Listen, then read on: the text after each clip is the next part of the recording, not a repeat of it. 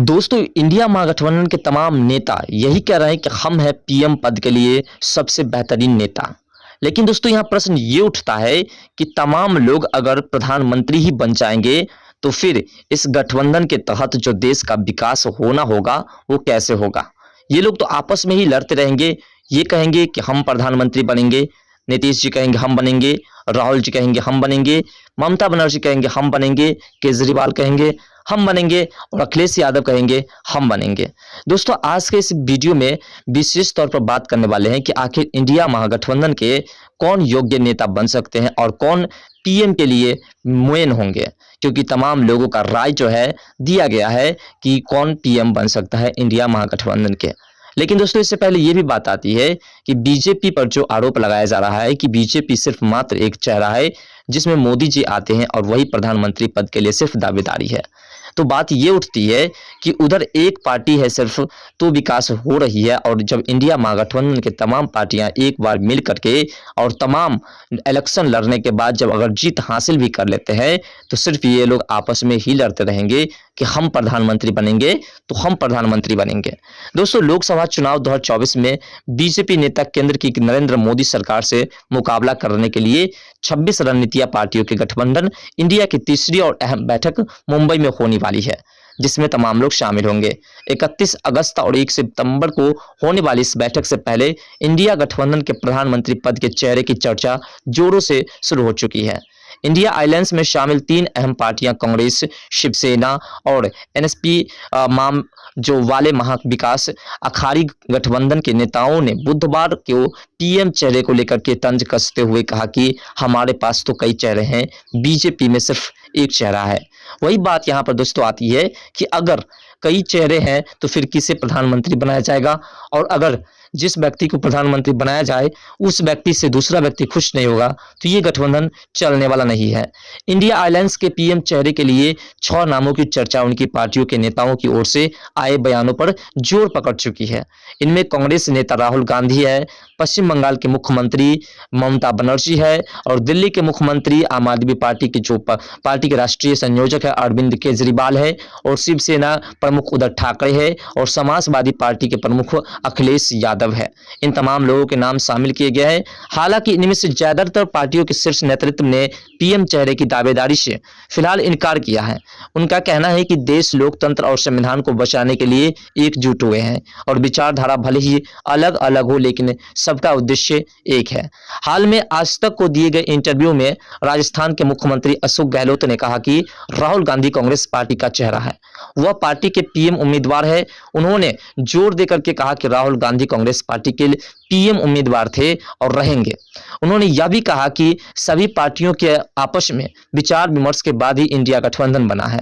अशोक गहलोत के बयान से यह सवाल जोर पकड़ गया कि क्या राहुल गांधी विपक्षी गठबंधन इंडिया के पीएम चेहरा होंगे। लेकिन दोस्तों, बात यहां पर कुछ और भी आ जाते हैं कि 26 अगस्त को बिहार के ग्रामीण विकास मंत्रालय श्रवण कुमार नीतीश कुमार को विपक्षी गठबंधन इंडिया का पीएम उम्मीदवार बनाए जाने की वकालत की है। उन्होंने मीडिया से कहा कि बिहार और उत्तर प्रदेश से लेकर के देश के विभिन्न राज्यों के लोग यही मांगते हैं कि नीतीश कुमार को इंडिया गठबंधन की ओर से पीएम का उम्मीदवार बनाया जाए। लेकिन बात अब यहाँ पर स्पष्ट रूप से दिखाई दे रहा है कि गहलोत कुछ और कह रहे हैं, श्रवण कुमार कुछ और कह रहे हैं, ऐसे ही तमाम नेता कुछ और कह रहे होंगे, किसी और को पार्टी में पीएम बनाने की बात कह रहे होगी। तो इस पर तो बवाल होगा ही, और जब बवाल होगा तो देश का विकास तो नहीं होगा, लेकिन आपस में लड़ करके ये लोग देश को विनाश की ओर ले जा सकते हैं। पीएम चेहरे के रूप में नीतीश कुमार के नाम को लेकर के जेडीयू के वरिष्ठ नेता केसी त्यागी ने 28 अगस्त को बड़ा बयान दिया है।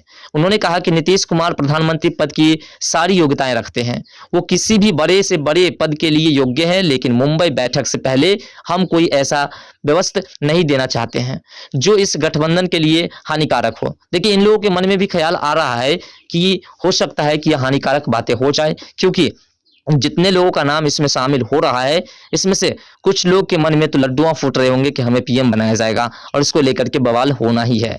इसी के कारण साथ जो है केसी त्यागी ने कहा कि नीतीश कुमार इंडिया महागठबंधन के फाउंडर हैं और इंडिया की नींव नीतीश कुमार ने रखी है। और साफ किया कि कांग्रेस के बिना कोई गठबंधन नहीं बन सकता है। उन्हीं की वजह से कांग्रेस के साथ ममता, केजरीवाल, अखिलेश एवं मंच पर है और उन्हें प्रधानमंत्री बनने की सारी योग्यता है। लेकिन हमारे लिए ज़्यादा अहम है कि विपक्षी एकता, वो खुद भी कह चुके कि किसी पद के इच्छुक नहीं है। अब वही बात आती है कि आम आदमी पार्टी की प्रवक्ता प्रियंका कक्कर की ओर से पीएम चेहरे के रूप में अरविंद केजरीवाल के नाम का जिक्र किए हैं। जाने पर समाजवादी पार्टी के प्रवक्ता जूही सिंह ने एबीपी न्यूज से कहा, मैं समाजवादी पार्टी के कार्यकर्ता हूं और मैं चाहूंगी कि मेरे राष्ट्रीय अध्यक्ष अखिलेश यादव जो है प्रधानमंत्री बने। अब दोस्तों यहाँ पर प्रश्न देख रहे हैं, जिसकी पार्टी के जो लोग हैं, जिसके मंत्री हैं, वो कह रहे हैं कि हमारे ही कार्यकर्ता प्रधानमंत्री बने। इस बात को लेकर के तो बवाल तय है और जब बवाल होगा तो आप सोच सकते हैं कि देश का विकास कैसे होगा। अगर पीएम पद के लिए बीजेपी में सिर्फ एक ही चेहरा है, प्रधानमंत्री मोदी, तो आप सोच सकते हैं कि सिर्फ वह एक ही सोच करके विकास की श्रेणी में चलते हैं, उसके विपक्ष में कोई नहीं है। लेकिन बात यहां आती है कि इंडिया पार्टी में खुद के ही नेता उसके विपक्षी बन जाएंगे और वही उनकी पार्टी को सुचारू रूप से चलने नहीं देंगे, तो आप सोच सकते हैं कि विकास की श्रेणी में होगी। वो काबिल है, इस लायक है, उत्तर प्रदेश की जिम्मेदारी है उन पर, लेकिन निर्णय सभी का सामूहिक होगा। जो सबके लिए स्वीकार होगा वो उस कुर्सी पर बैठेंगे, इंडिया लेकिन जीतेगा, ये कह रहे हैं। साथ आम आदमी पार्टी की प्रवक्ता प्रियंका कक्कर ने कई मोर्चों पर दिल्ली की तुलना करते हुए पीएम चेहरे के रूप में अरविंद केजरीवाल के नाम का जिक्र किया है। उन्होंने मीडिया से बातचीत में कहा, मैं तो चाहूंगी कि अरविंद केजरीवाल प्रधानमंत्री पद के उम्मीदवार हो। उसका तर्क है कि इतनी कमर तोड़ महंगाई में भी लगातार दिल्ली एक ऐसा राज्य है जो देश की राजधानी है, फिर भी सबसे कम महंगाई है। दिल्ली में फ्री पानी मिलता है 20,000 लीटर प्रति महीना और फ्री शिक्षा मिलती है, फ्री बिजली मिलती है और फ्री महिलाओं को बस यात्रा मिलती है, फ्री बुजुर्गों को तीर्थ यात्रा मिलती है और इन सब के बाद भी एक मुनाफे का बजट पेश किया जाता है और साथ दिल्ली में फ्री दंगा भी मिलती है। ये भी फ्री दंगा मिलती है, लगातार दंगा होते हैं, लगातार लोगों का कत्ल किया जाता है और इसको कोई जवाबदेही नहीं होता है। फिर प्रियंका कक्कर के बयान के कुछ देर बाद आप के वरिष्ठ नेताओं ने सफाई दी कि आपके राज्यसभा सांसद राघव चड्ढा ने कहा कि अरविंद केजरीवाल पीएम बनने की दौड़ में नहीं है, आपने इंडिया गठबंधन में शामिल होने का फैसला देश के हित के लिए किया है।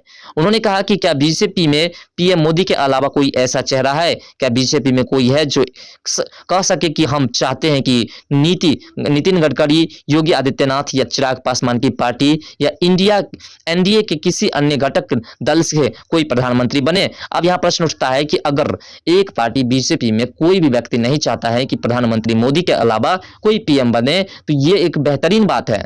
इसलिए देखिए यहाँ पर बात है कि एनडीए हो या इंडिया हो, इसमें से किसी का विरोध नहीं हम कर सकते हैं। इसमें जो लोगों का राय है वही हम आपको बताने की प्रयास करते हैं। लेकिन बात ये उठती है कि अगर एनडीए में सिर्फ एक ही प्रधानमंत्री पद के लिए भागीदारी है, प्रधानमंत्री मोदी, तो शायद विकास होगा और विकास हो भी रहा है। लेकिन इंडिया में जो लोग हैं, INDI में जो लोग हैं, उसमें इतने पीएम पद के लिए लोग हैं कि शायद विकास तो नहीं होगा लेकिन विनाश हो सकता है।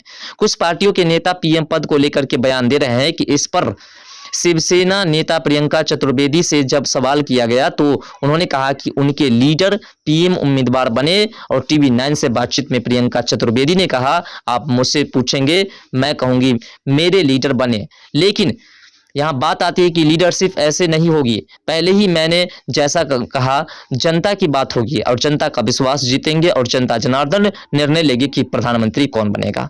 लेकिन बात यहाँ फिर से आती है कि बेंगलुरु में जुलाई में हुई इंडिया गठबंधन की दूसरी बैठक में मल्लिकार्जुन खड़गे ने कहा था कि पीएम पद के लिए कांग्रेस की कोई दिलचस्पी नहीं है। उसी दौरान टीएमसी सांसद शताब्दी राय ने ममता बनर्जी के नाम की वकालत पीएम चेहरे के तौर पर की है। अब आपने देखा कितने नाम आ चुके हैं, हम आपको डिटेल में नाम का भी पूरा विवरण देकर के बताएंगे। फिलहाल कांग्रेस पीएम चेहरे के लिए रेस में नहीं है, इसे लेकर के सवाल किए जाने पर शताब्दी राय ने न्यूज एजेंसी NNI से कहा था कि फिर हम चाहेंगे कि ममता बनर्जी का नाम पीएम उम्मीदवार के रूप में हो। अब यहाँ पर बात आती है कि जूही सिंह ने बाद में सोशल मीडिया पर जो कि ट्विटर पर पोस्ट किया और INDIA मजबूत गठबंधन है और हर निर्णय सामूहिक समिति से लिया जाएगा। हर दल का सदस्य अपने नेतृत्व को शीर्ष पर देखना चाहता है। हम चुनाव जनता के मुद्दों पर और संविधान बचाने के लिए लड़ रहे हैं, पद के लिए नहीं लड़ रहे हैं। लेकिन यहाँ पे लड़ेगा, इनका कहना है, जूही सिंह का कहना है कि लड़ेगा आपस में। तो जब लड़ेगा ही तो आप सोच सकते हैं कि विकास कैसे हो सकता है। वही बात करें तो 30 अगस्त को मुंबई में इंडिया अलायंस की प्रेस कॉन्फ्रेंस में शिवसेना प्रमुख और एबीए नेता उद्धव ठाकरे ने कहा, हमारे पास प्रधानमंत्री बनने के लिए चॉइस बहुत है। सवाल यह है कि बीजेपी के पास और चॉइस है क्या है? जो 10 साल बैठे हैं उन्होंने क्या किया? सब लोग देख रहे हैं, सब लोगों ने उनका अनुभव लिया है। अब बीजेपी के सामने सवाल है कि अभी चुनाव जीतना है, क्योंकि कर्नाटक में 2 तो देखा आपने, कोई मायावती हासिल नहीं हुई। लेकिन बात आती है कि बजरंगबली को भी लाना पड़ा, उनको तो भी बजरंगबली ने उनको आशीर्वाद नहीं दिया। तो अब उनके सामने सवाल है कि चॉइस क्या होगा। दोस्तों ये सवाल ये कर रहे हैं, उद्धव ठाकरे टारगेट कर रहे हैं किसको? चिराग पासवान को। लेकिन दोस्तों बात यहां आती है कि बैठक में शामिल होने के लिए 30 अगस्त को मुंबई पहुंची पश्चिमी बंगाल की सीएम ममता बनर्जी ने कहा कि पीएम का चेहरा इंडिया होगा और इसी के साथ उन्होंने कहा कि हमारी लड़ाई देश को बचाने की है। लेकिन दोस्तों जिसको आप सोच सकते, छोटी सी पॉइंट्स आपको बता दें कि जिसको हमारे देश से चंद्रयान चंद्रमा पर जाते हैं और चंद्रमा पर लैंड करते हैं, तो जिसको पता ही नहीं होता, आप सोच सकते हैं, एक कहते हैं कि चंद्रयान गया ही नहीं, मतलब उसे पता ही नहीं चंद्रयान क्या है। जब उसके पार्टी के कुछ नेता बताते हैं तो शायद उस पर उसकी कुछ टिप्पणियां होती है, ठीक है। दूसरा नेता कहता है कि चंद्रयान पर जो लोग गए उसके हम हार्दिक शुभकामनाएं, उसको हम गुड ऑफ लक कहते हैं। वहीं कुछ लोग कहते हैं कि राकेश रोशन, ऋतिक रोशन जो फिल्म के एक्टर हैं, उसके पिताजी गए थे और उनसे हमने पूछा, या इंदिरा गांधी ने पूछा कि वहां से पृथ्वी कैसी लगती देखने में। एक ने कहा कि हम आने की प्रतीक्षा करते हैं चंद्रयान की। तो आप सोच सकते हैं, जिससे हमारे देश के गौरव अभिमान चंद्रयान 3 चंद्रमा पर पहुंचे उसके बारे में जानकारी नहीं है। तो आप सोच सकते हैं कि ये लोग तो लग रहा चांद को ही पृथ्वी पर ले आएंगे। जब पीएम बन जाएंगे तो ये लोग चांद को ही उतार के पृथ्वी पर ले जाएंगे, तब चंद्रयान जाने का झंझट ही खत्म हो जाएगा और कोई देश उस पर कब्जा ही नहीं करेगा। ये इन लोगों का प्लान है। आगे की बात करें आपको तो विपक्षी गठबंधन इंडिया के सामने उनके पीएम चेहरे के रूप में किसी एक नेता को चुनने की चुनौती है। फिलहाल जिन नेताओं के नामों की चर्चा हो रही है उनकी पार्टियों की लोकसभा में स्थिति पर गौर करें तो मुख्य विपक्षी दल कांग्रेस सबसे ज्यादा मजबूत नजर आती है, क्योंकि उनके 51 लोकसभा सदस्य हैं। दूसरे नंबर पर टीएमसी के पास लोकसभा 23 सांसद हैं, फिर जेडीयू के पास लोकसभा 16 सांसद हैं, और वही बात करें शिवसेना की तो 7 है, और समाजवादी पार्टी के 3 है, और आम आदमी पार्टी के पास लोकसभा में एक भी सांसद नहीं है। वही बात करें लोकसभा चुनाव 2024 में बहुमुश्किल से 10 महीने से भी कम समय बचा है और बीजेपी की ओर से प्रधानमंत्री नरेंद्र मोदी पीएम पद के उम्मीदवार होंगे, यह काफी पहले साफ किया जा चुका है। विपक्षी गठबंधन इंडिया में कई बड़े चेहरे हैं, अब सबकी नजरें इसी पर है कि क्या 31 अगस्त से 1 सितंबर को होने वाली इंडिया महागठबंधन की बैठक में पीएम चेहरे पर भी चर्चा होगी, और चर्चा होगी तो कौन बनेगा प्रधानमंत्री। अब दोस्तों इसमें देखिएगा आप कि कैसे मिस्री की तरह घुलती मिलती है, और एक बार ऐसा होगा कि ये पार्टी बिखर करके आई अलग हो जाएगा, एन अलग हो जाएगा, डी अलग हो जाएगा, आई फिर अलग हो, मतलब सब बिखर जाएगा। इंडिया पूरा एक एक पक्ष में बिखर जाएगा, क्योंकि जिस प्रकार से इन लोगों की रणनीति चल रही है लगातार, जिस प्रकार से इसके नेता लोग प्रश्न उत्तरी कर रहे हैं, उस हिसाब से तो साफ लग रहा है कि कोई इसमें प्रधानमंत्री पद के योग्य नहीं है। और अगर प्रधानमंत्री पद के लिए लोग जीत भी जाते हैं, इंडिया गठबंधन जीत भी जाती है, तो सिर्फ पीएम पद के लिए मारपीट होंगे, दंगा होगी, और शायद किसी की पार्टी सक्सेस ना हो। फिलहाल आपको जो हमने बताने का प्रयास किया, ये उन तमाम लोकसभा के जितने भी चेहरे, जितने भी मंत्री हैं, जितने भी लोग हैं, इंडिया गठबंधन के तमाम लोगों के राय को आपको बताने का प्रयास किया। आपका क्या विचार है कि इंडिया गठबंधन के लोग पीएम बनेंगे या फिर अगर बीजेपी बनेंगे, और अगर इंडिया गठबंधन बन जाते हैं तो आपको क्या लगता है कौन पीएम की भागीदारी है, और क्या पीएम बनने के लिए झगड़ा लड़ाई होगी या नहीं? कमेंट सेक्शन में अपना राय जरूर दीजिएगा। तो दोस्तों तब तक के लिए जय हिंद, जय भारत, जय बिहार, जय मिथिला।